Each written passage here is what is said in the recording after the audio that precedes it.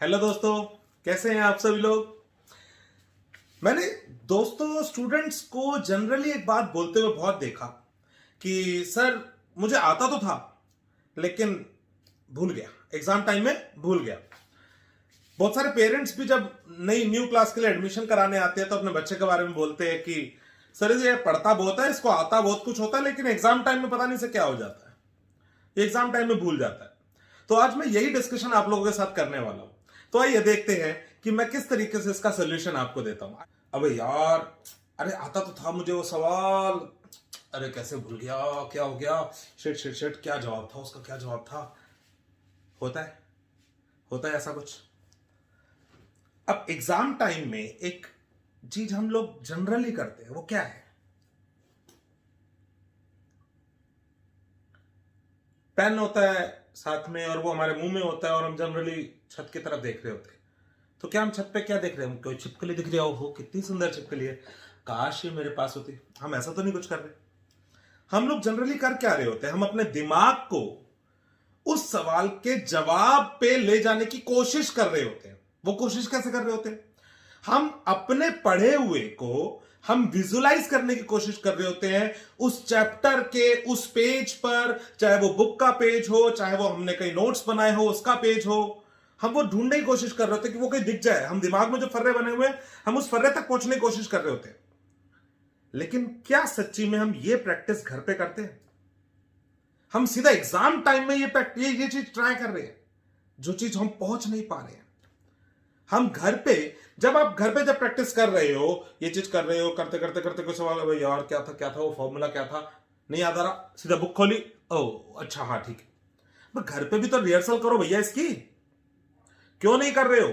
आप सीधा exam time में इसको ट्राई कर रहे हो और वहां फेल हो रहे हो इसको ट्राई करने में। तो इसको घर पे प्रैक्टिस में जरूर लाओ। तो विजुअलाइजिंग पावर आपकी अच्छी होनी चाहिए और वो तभी हो पाएगी जब आप उसे घर पे प्रैक्टिस में लाओगे। ओके, कि किस तरीके से आप विजुअलाइजिंग पावर एग्जाम टाइम में बहुत अच्छे से कर सकते हो, या तभी कर सकते हो जब आपका माइंड रिलैक्स होगा।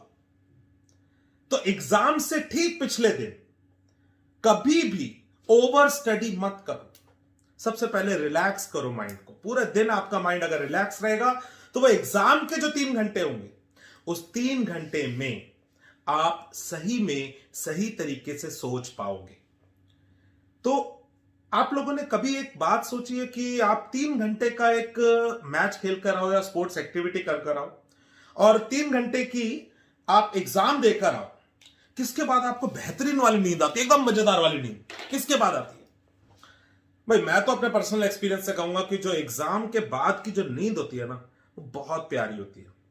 क्या आपको पता है इसका रीजन क्या है? इसका रीजन बड़ा ही सिंपल सा है, बहुत सिंपल सा एक रीजन है। हमारे पास जो दिमाग है वो 2 तरह का है, एक कॉन्शियस माइंड और एक सबकॉन्शियस माइंड।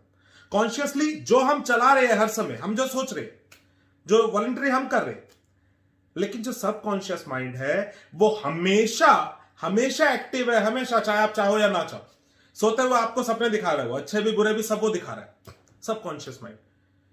अब ये सबकॉन्शियस माइंड बड़ी तेज चीज है। ये आपको कहता है बस कॉन्शियस माइंड को, भाई बस हो गया, बहुत हो गया कॉन्शियसली काम करना, चल अब शट डाउन हो, मेरी बारी है, मेरे को भी थोड़ा संभाल लेना मामला। तो वो सबकॉन्शियस माइंड हमेशा उस कॉन्शियस माइंड को दबाना चाहते कि बस। अब होता क्या कि एग्जाम टाइम में वो 3 घंटे हम कॉन्टिन्यूसली क्या कर रहे होते हैं। पहला सवाल आया, हमने पढ़ा, पहला सवाल आते ही पढ़ते ही हमारे दिमाग में क्या आएगा, किस चैप्टर का सवाल है, दिमाग कॉन्शियसली हम उस पे लेके गए, उस चैप्टर के नाम पे लेके गए, उस चैप्टर में किस टॉपिक का उस टॉपिक पे लेके गए, उस टॉपिक पे उस पेज पे लेके गए जहां हमने वो नोट्स में या बुक में पढ़ा हुआ उस वहां पर लेके गए, उसमें उस नोट्स में से उस जगह पर फॉर्मूले को हमने ढूंढा और उसको अप्लाई करा और फिर उसको लिखा। तो हमने कॉन्शियसली ये करा। अब अगले सवाल पर है तो कॉन्शियसली अपने अपने माइंड को शिफ्ट करो और दूसरा सवाल, अबे इस चैप्टर का है, अबे इस टॉपिक का है, यहां पहुंच गए। आप 3 घंटे तक कॉन्शियस माइंड को इतना ओवरवर्क करा रहे हो, इतना ओवरवर्क करा रहे हो कि सब कॉन्शियस माइंड कहता है बस आजा, अब मेरी बारी है, हो गया तेरा ओवर टाइम, तो अब मेरी बारी है। और वो मेरी बारी के लिए वो कहता है चल अब तू सो जा।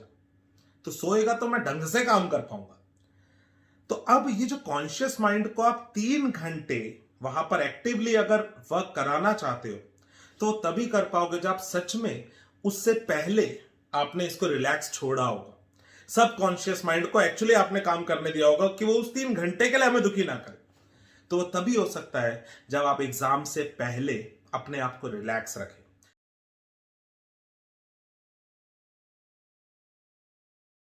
आपने देखा होगा जनरली एग्जाम से पहले एग्जाम सेंटर के बाहर बहुत सारे बच्चे किताब खोल के, अबे इस टाइम क्या याद करेगा बे, क्या याद कर लेगा भाई तू, कुछ नहीं याद होगा इस टाइम। दोस्त मिलेगा, दोस्त से पूछेंगे, ओ यार तूने वो पढ़ लिया, ओ यार तूने साइक्लोट्रॉन पढ़ लिया, यार शिट, तुमने पढ़ा भी होगा तो उस समय दिमाग में चलो भूलते नहीं क्या साइक्लोट्रॉन, भूलते नहीं क्या। तो अवॉइड सच थिंग्स। एग्जाम से पहले या पिछले दिन कभी भी दोस्तों के साथ एग्जाम को लेकर डिस्कशंस मत करो, सिलेबस को लेकर कोई डिस्कशन मत करो। जो पढ़ा हुआ है उसके अकॉर्डिंग पॉजिटिविटी अपने पास रखो और उसके अकॉर्डिंग काम करो, बिल्कुल करो और हो जाएगा। तो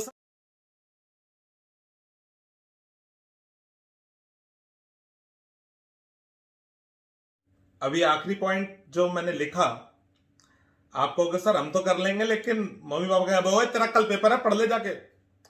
तो पेरेंट्स को क्या करना चाहिए और क्या नहीं करना चाहिए बच्चे के एग्जाम से पिछले दिन, उसके लिए मैं एक अलग वीडियो बनाऊंगा। आज मैं सिर्फ वो वीडियो बना रहा हूं कि आपको क्या करना चाहिए।